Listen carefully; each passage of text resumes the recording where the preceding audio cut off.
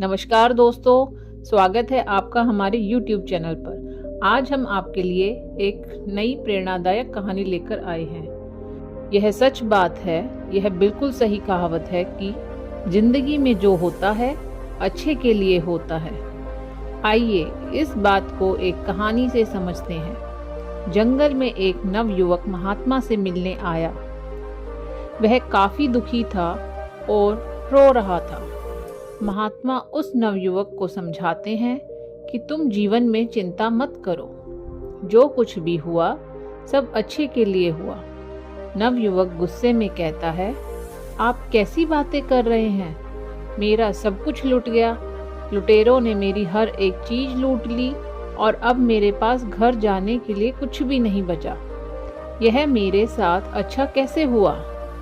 यह बहुत बुरा हुआ है और आप इसे भला कैसे कह सकते हैं कि मेरे साथ अच्छा हुआ है? दरअसल वह युवक जंगल में भ्रमण के लिए निकला था। जंगल में घूम रहा था जब लुटेरों ने उसका सामान छीन लिया और उसे निहत्था छोड़ दिया। महात्मा कहते हैं, मैं तुम्हें इस बात को एक कहानी की मदद से समझाता हूँ। आओ इस कहानी को ध्यान से सुनो, क्योंकि यह कहानी तुम्हारी जिंदगी बदल देगी। एक समय की बात है, एक बार एक गांव में भयंकर बाढ़ आई। इतनी तेज बाढ़ कि सब कुछ बह गया। उसी गांव में एक किसान का बहुत गरीब परिवार रहता था, जिनके पास खाने को कुछ भी नहीं था। उनके पास थोड़े बहुत अनाज की वस्तुएं थी, लेकिन बाढ़ में सब बर्बाद हो गई। जो कुछ बचा था सब नष्ट हो गया। उस किसान का एक लड़का था। लड़के ने कहा, कोई बात नहीं पिताजी, जो हुआ अच्छा हुआ। किसान को बहुत गुस्सा आया और उसने कहा, तू कैसी पागलों जैसी बातें कर रहा है? मेरा सब कुछ छिन गया है। खाने को मेरे पास अनाज नहीं है और रहने को जो भी हमारा घर था वह बाढ़ में बह गया। इसमें अच्छा क्या है? यह सब कुछ बहुत बुरा हुआ है। गुस्से में किसान ने अपने लड़के को घर से भगा दिया और कहा, तू यहाँ से चला जा, तू यहाँ रहने लायक नहीं है। लड़का रोते हुए वहां से चला गया। लेकिन शाम हो गई और लड़का अभी तक घर नहीं आया।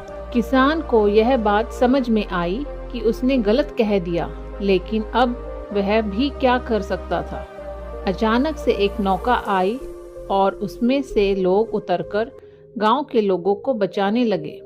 किसान की पत्नी कहती है, आपने उसे यूं ही डांट दिया, सही तो कह रहा था। देखिए अच्छा ही हुआ, लोगों ने हमें बचा लिया।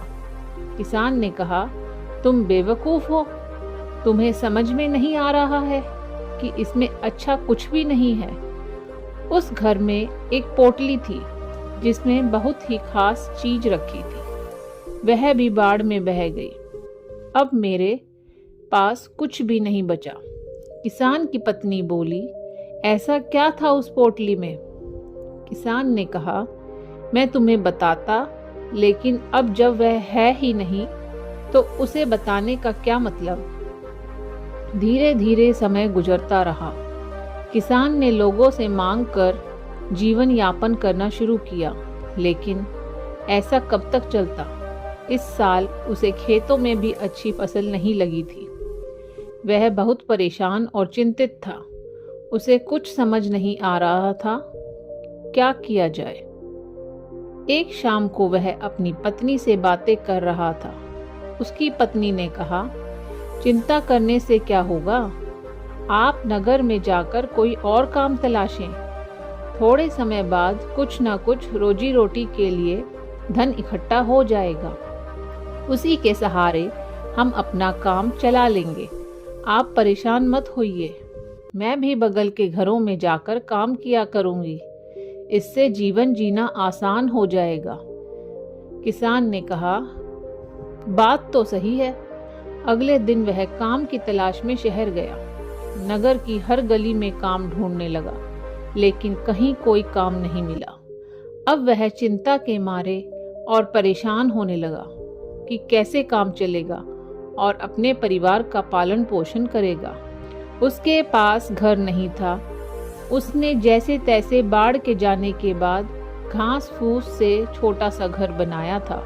एक दिन किसान अपने खेतों में फसलों को देख रहा था, क्योंकि इस साल फसल भी अच्छी नहीं लगी थी। इसलिए वह चिंतित हो रहा था कि इस साल फसल ने भी साथ नहीं दिया। मेरा एक लड़का था, वह भी घर छोड़कर चला गया। मैं तो हर तरफ से अनाथ हो गया हूँ। ऊपर से वह कह रहा था कि जो हुआ अच्छा हुआ। यह भला अच्छा कैसे हो सकता है? उसकी पत्नी ने उसे फिर समझाया, आप फालतू में चिंता कर रहे हो। आप फिर से कोशिश करें। काम कहीं न कहीं कुछ न कुछ तो मिल ही जाएगा। अब घर पर बैठकर रोने से अच्छा है आप कोशिश करते रहें, क्योंकि क्या पता कुछ काम हाथ लग जाए। किसान को उसकी पत्नी की बात ठीक लगी।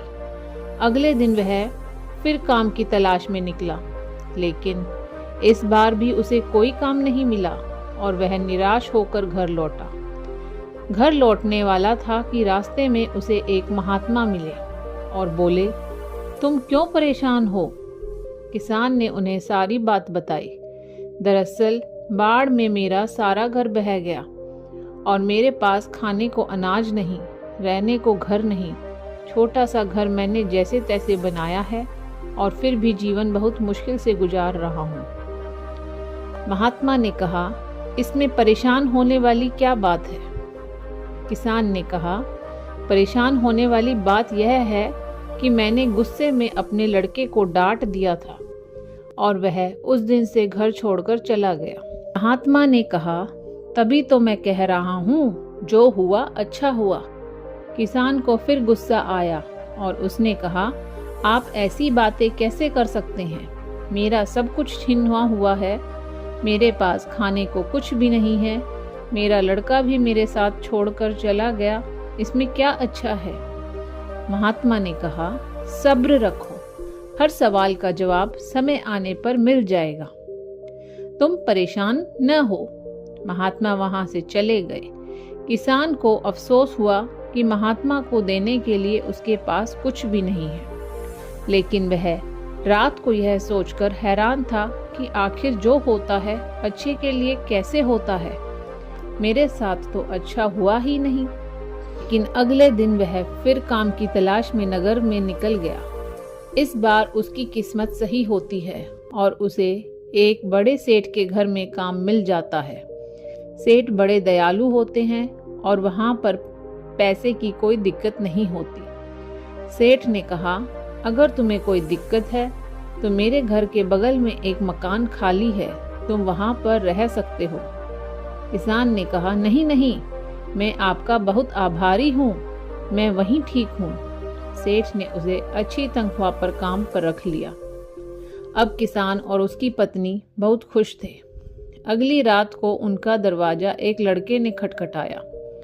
उन्होंने दरवाजा खोला और देखा कि एक लड़का लंबी सी कार और बड़ा सा बैग लिए दरवाजे के सामने खड़ा था। किसान आश्चर्यचकित रह गया। उसे समझ में नहीं आया कि यह कौन है। लड़के ने कहा, पापा, मैं हूं आपका लड़का। किसान बिल्कुल हैरान रह गया। आखिर यह कैसे हुआ? लड़के ने कहा, आपने घर बदल लिया और मुझे बताया भी नहीं।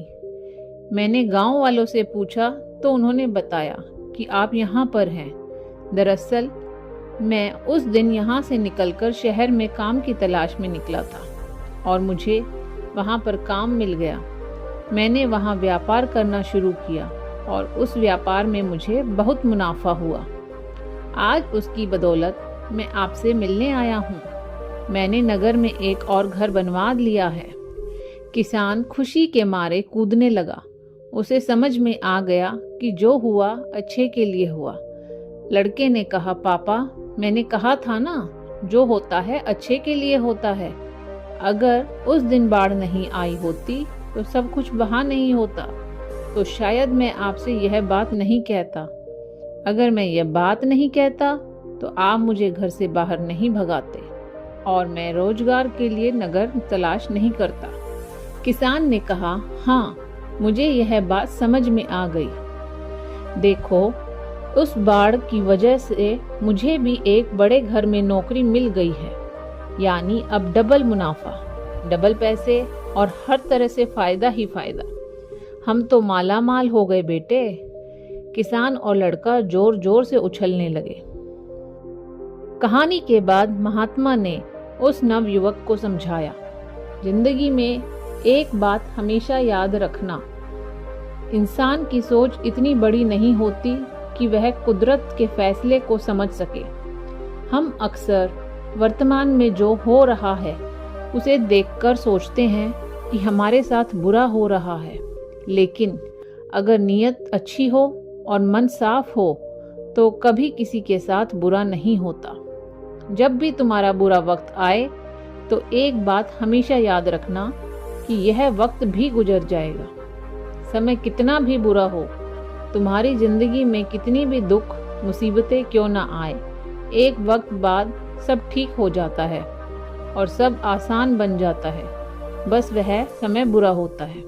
इसलिए बुरे वक्त से लड़ने की आदत डालो और बुरे वक्त में ऐसा कोई भी कदम मत उठाओ जिसकी वजह से तुम्हें बाद में पछताना पड़े। अगर कुछ बुरा होता है तो भी अच्छे के लिए होता है, भले ही देर से सही, पर इसका जवाब इंसान को मिल ही जाता है। जब इंसान का समय खराब होता है तो उसकी बुद्धि काम करना बंद कर देती है, लेकिन समय बदलता भी है और फिर सब ठीक हो जाता है। नवयुवक ने कहा, लेकिन यह सब ठीक है, पर मेरा तो सब कुछ चोरी हो गया। इसमें अच्छा क्या है? अब तो मेरे पास कुछ भी नहीं है, मैं घर कैसे जाऊंगा? महात्मा ने कहा, दरअसल मुझे जंगल में कुछ मिला था, यह लो, यह चमकदार पत्थर है, इसे ले जाकर नगर में बेच सकते हो, क्योंकि यह मेरे किसी काम का नहीं है और मैं इसे कुछ नहीं कर सकता। उस नवयुवक को भी यह बात समझ में आ गई कि अगर उसका सामान चोरी नहीं होता तो वह महात्मा के पास नहीं आता और उसे यह पत्थर नहीं मिलता। दरअसल वह पत्थर एक पारस पत्थर था, जिससे लोहे को सोने में बदला जा सकता था। अब वह भी मालामाल हो गया।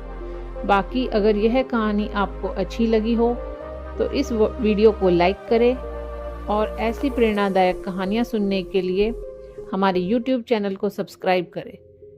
तब तक मिलते हैं एक और प्रेरणादायक कहानी के साथ। धन्यवाद।